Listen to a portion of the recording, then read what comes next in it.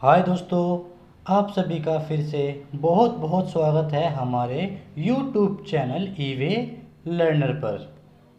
और आज हम बात करने वाले हैं एक ऐसे टॉपिक के ऊपर जो 12वीं क्लास की इतिहास की पहली बुक और फर्स्ट ईयर की इतिहास की पहली बुक से लिया गया है। और आज का जो हमारा टॉपिक है उसका नाम है मगध साम्राज्य।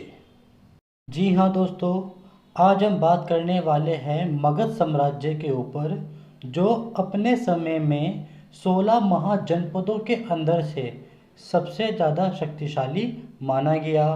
और शक्तिशाली होने के कारण ही इसे प्रथम भी माना जाता है। जी हाँ दोस्तों, जो मगध साम्राज्य था वह 16 महाजनपदों के अंदर से नंबर 1 पे माना गया है। और नंबर 1 और शक्तिशाली होने के पीछे अनेक कारण थे, जैसे कि गंगा नदी, लोहे की खदानें, कुशल शासक आदि। इस प्रकार की चीज़ों से मगध साम्राज्य नंबर 1 पे आता हुआ चला गया। तो आइए शुरू करते हैं हमारा आज का टॉपिक, मगध साम्राज्य। मगध साम्राज्य के बारीकी से अध्ययन से पहले मैं आप सभी को यह जानकारी देना चाहता हूँ कि मगध के अंदर किन किन वंशों और किन किन शासकों ने अपना योगदान दिया। जी हाँ दोस्तों, सबसे पहले हम बात करेंगे कि मगध के अंदर किन किन वंशों और किन किन राजाओं ने अपना योगदान दिया, यानी किन वंश और किन किन राजाओं ने मगध को शिखर तक पहुंचाया और किन किन वंश और किन किन राजाओं ने मगध का पतन भी किया। यह जानकारी हम सबसे पहले प्राप्त करेंगे। तो आइए शुरू करते हैं। मगध साम्राज्य का सर्वप्रथम उल्लेख अर्थवेद से मिलता है। जी हाँ दोस्तों, याद रखना कि मगध साम्राज्य की जानकारी सबसे पहले अर्थवेद से ही मिली थी।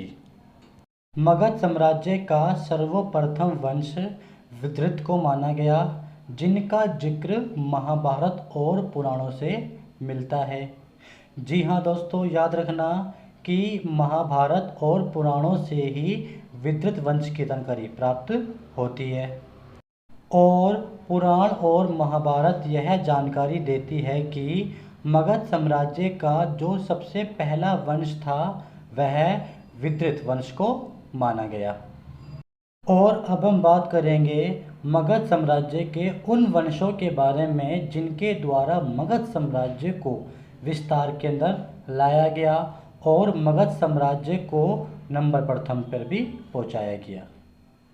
मगध साम्राज्य के मुख्य वंश। मगध साम्राज्य के प्रमुख वंशों में से जो मगध साम्राज्य का पहला प्रमुख वंश है वह हर्यक वंश के नाम से जाना जाता है। जी हाँ दोस्तों, जो मगध का पहला प्रमुख वंश है वह हर्यक वंश के नाम से जाना जाता है। हर्यक वंश का जो पहला राजा है जिसने हर्यक वंश की स्थापना की थी उसका नाम बिंबिसार है। जी हाँ दोस्तों, मगध साम्राज्य के प्रमुख वंशों में से जो पहला वंश है वह हर्यक वंश है। और जो हर्यक वंश का पहला राजा है जिसने हर्यक वंश की नींव रखी और उसकी स्थापना करके उसको विस्तार बढ़ाता हुआ चला गया, उसका नाम बिंबिसार है। बिंबिसार के बाद हर्यक वंश की गद्दी उसके बेटे अजातशत्रु ने संभाली और अजातशत्रु को कुणिक के नाम से भी जाना जाता है। अजातशत्रु की माता का नाम चेलना और अजातशत्रु की पत्नी का नाम वाजिश है। हर्यक वंश के बिंबिसार बौद्ध धर्म के समर्थक थे, जिन्होंने अनेक भाषाओं में बौद्ध का प्रचार भी किया। और उसी काल के अंदर बुद्ध की शिक्षाओं को बांटा गया था दो हिस्सों के अंदर। भाग नंबर 1 सूत पिटक, भाग नंबर 2 विनय पिटक। और अजातशत्रु के समय मगध की राजधानी राजगृह में थी। जी हाँ दोस्तों, याद रखना कि बिंबिसार के बाद उसका बेटा अजातशत्रु गद्दी पे आया था और गद्दी पे आने के बाद उसने साम्राज्य का विस्तार भी किया था। और अजातशत्रु की माता का नाम चेलना और पत्नी का नाम वाजिश है। और इसके अलावा बुद्ध की शिक्षाओं को बांटा गया था दो भागों में, सूत पिटक और विनय पिटक के अंदर। उसके अलावा अजातशत्रु के राज्यकाल में जो उसकी राजधानी थी वह राजगृह थी। हर्यक वंश का पहला शासक बिंबिसार, हर्यक वंश का दूसरा शासक अजातशत्रु और अजातशत्रु के बाद उसका बेटा गद्दी पर आसीन होगा जिसका नाम है उदयन। उदयन के सत्ता पे आते ही उदयन ने अपनी मगध की राजधानी राजगृह को पाटलिपुत्र यानी पटना में लाता हुआ चला गया। और उदयन के भी 3 पुत्र थे, जिसमें से नंबर 1 का नाम है अनिरुद्ध, दूसरे का नाम था मुंडक और नंबर 3 था नागदशक। जी हाँ दोस्तों, हर्यक वंश का पहला शासक बिंबिसार, उसका बेटा अजातशत्रु, उसका बेटा उदयन और उदयन के बाद उसके 3 बेटे अनिरुद्ध, मुंडक और नागदशक। और नागदशक जो थे वह हर्यक वंश के अंतिम शासक थे। इसके बाद एक नया वंश उभरता हुआ सामने आएगा जिसका नाम है शिशुनाग वंश। मगध साम्राज्य का दूसरा वंश शिशुनाग वंश। शिशुनाग वंश का संस्थापक शिशुनाग को माना गया और शिशुनाग के कार्यकाल में शिशुनाग ने अपनी राजधानी पटना से हटाकर वैशाली में तब्दील करता हुआ चला गया। जी हाँ दोस्तों, मगध साम्राज्य का जो दूसरा वंश है उसका नाम है शिशुनाग वंश। और शिशुनाग वंश के अंदर जो उसका पहला किंग था उसका नाम था शिशुनाग। और शिशुनाग ने सत्ता पे आने के बाद अपनी पाटलिपुत्र से राजधानी को बदलकर वैशाली में करता हुआ चला गया। और शिशुनाग के बाद उसकी गद्दी को कालाशोक ने संभाली और कालाशोक ने फिर से राजधानी को पाटलिपुत्र में बदलता हुआ चला गया। और शिशुनाग वंश का जो अंतिम शासक है वह नंदीवर्मन था। शिशुनाग वंश का पहला शासक शिशुनाग, दूसरा शासक कालाशोक और तीसरा और अंतिम शासक नंदीवर्मन। मगध साम्राज्य का तीसरा वंश नंद वंश। नंद वंश का संस्थापक महानंदी या फिर महापद्मानंद को बोला गया है।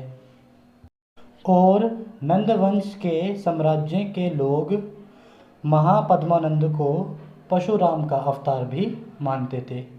दोस्तों ध्यान रखना कि मगध का जो तीसरा वंश है उसका नाम है नंदवंश और जो नंदवंश का संस्थापक है उसका नाम है महानंदीन या फिर महापद्मानंद।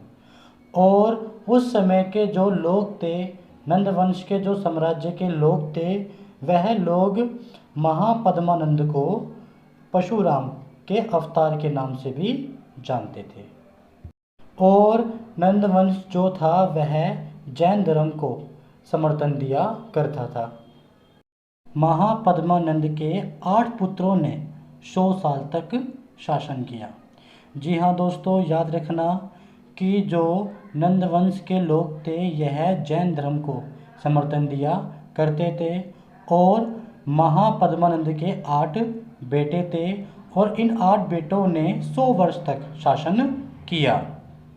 महापद्मानंद का पहला बेटा पांडुक, दूसरा बेटा पांडुगति, तीसरा बेटा भूतपाल, चौथा बेटा राष्ट्रपाल, पांचवा बेटा गोविष्णक, छठा बेटा दशासिद्धार्क, सातवां बेटा कैवरत और आठवां बेटा घनानंद।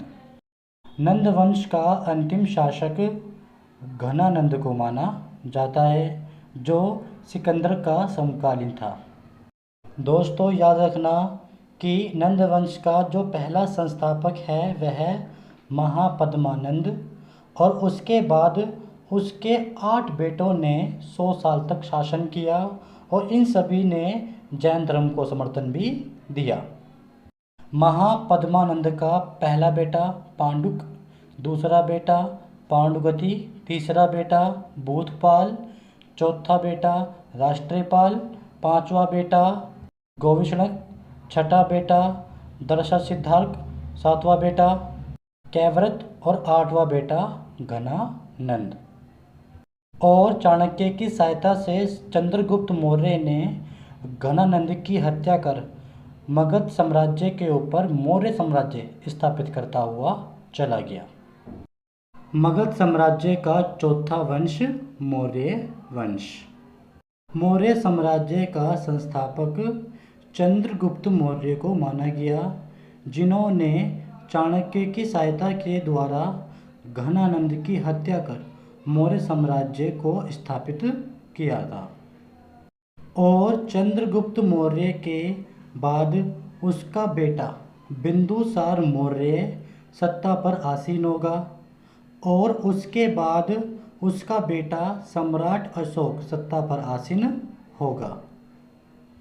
और अशोक के थे 7 बेटे, जिसमें से पहले बेटे का नाम है कुणल, दूसरे बेटे का नाम है दशरथ, तीसरे बेटे का नाम है संप्राति, और चौथे बेटे का नाम है शालीशुक, और पांचवें बेटे का नाम है देववर्मन, और छठे बेटे का नाम है सतघ्नव, और सातवें बेटे का नाम है विद्रथ। दोस्तों याद रखना कि मौर्य वंश का जो पहला संस्थापक था वह चंद्रगुप्त मौर्य, उसके बाद आएंगे बिंदुसार मौर्य, उसके बाद आएंगे सम्राट अशोक मौर्य, और अशोक के थे 7 बेटे। बेटा नंबर 1 कुणल, बेटा नंबर 2 दशरथ, बेटा नंबर 3 संप्राति, बेटा नंबर 4 शालीशुक, बेटा नंबर 5 देववर्मन, बेटा नंबर 6 सतघ्नव, बेटा नंबर 7 विद्रथ। और मौर्य वंश का जो अंतिम शासक था वह विद्रथ था, जिसके कार्यकाल में मौर्य वंश खत्म होता हुआ चला जाएगा। एक बारी और वंशों के नाम हम मोटे मोटे तौर पर दोहरा लेते हैं। तो मगध का जो पहला वंश था उसका नाम था हर्यक वंश, और हर्यक वंश का जो पहला राजा था उसका नाम था बिंबिसार, और बिंबिसार के बाद उसका बेटा गद्दी पर आसीन हुआ जिसका नाम था अजात शत्रु, और अजात शत्रु के बाद उसका बेटा उदयन गद्दी पे आया, और उदयन के 3 बेटे थे, जिसके अंदर से पहले का नाम था अनिरुद्ध, दूसरे का नाम था मुंडक, और तीसरे का नाम था नागदशक। और नागदशक हर्यक वंश का अंतिम किंग माना जाता है। मगध साम्राज्य का दूसरा वंश शिशुनाग वंश। शिशुनाग वंश का पहला राजा शिशुनाग था, और उसके बाद गद्दी पर आया कालाशोक, और उसके बाद नंदीवर्धन ने शिशुनाग वंश को आगे बढ़ाया, और नंदीवर्मन ही शिशुनाग वंश का अंतिम राजा माना जाता है। मगध साम्राज्य का तीसरा वंश नंदवंश। नंदवंश का पहला राजा महानंदी या फिर महापद्मानंद को माना जाता है, और महापद्मानंद के 8 बेटे थे जिन्होंने 100 साल तक शासन किया।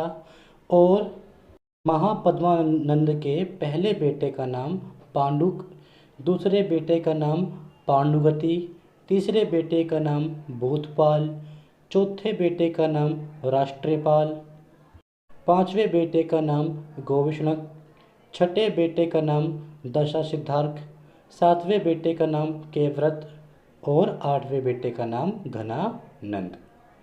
नंद वंश का अंतिम शासक घनानंद को माना जाता है। मगध साम्राज्य का चौथा वंश मौर्य साम्राज्य या मौर्य वंश। मौर्य वंश का पहला राजा चंद्रगुप्त मौर्य को माना गया और दूसरा राजा बिंदुसार मौर्य को माना गया। तीसरा राजा सम्राट अशोक को माना जाता है। और सम्राट अशोक के 7 बेटे थे। पहले बेटे का नाम कुषाण, दूसरे बेटे का नाम दशरथ, तीसरे बेटे का नाम संप्राति, चौथे बेटे का नाम शालीशुक, पांचवें बेटे का नाम देववर्मन, छठे बेटे का नाम शतघ्नव, सातवें बेटे का नाम विद्रथ। और विद्रथ ही था जो मौर्य वंश का अंतिम शासक माना जाता है। आज की वीडियो में हमने ये जाना कि मगध साम्राज्य के अंदर किन किन राजा और किन किन वंशों का योगदान रहा है। अगली वीडियो में हम बात करेंगे कि इन राजाओं और इन वंशों ने मगध साम्राज्य को प्रथम पर कैसे पहुंचाया और मगध सबसे शक्तिशाली महाजनपद किस प्रकार से उभरता हुआ चला गया। तो आज के लिए इतना ही, मिलेंगे आपसे अगली वीडियो के अंदर। सो बाय।